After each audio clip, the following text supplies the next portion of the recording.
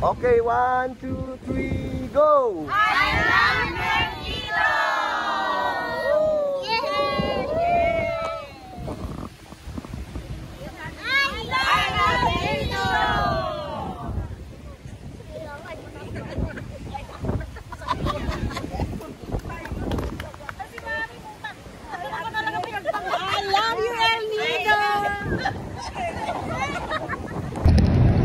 O, yan po pinupuntahan naman namin ngayon ay Papaya Beach.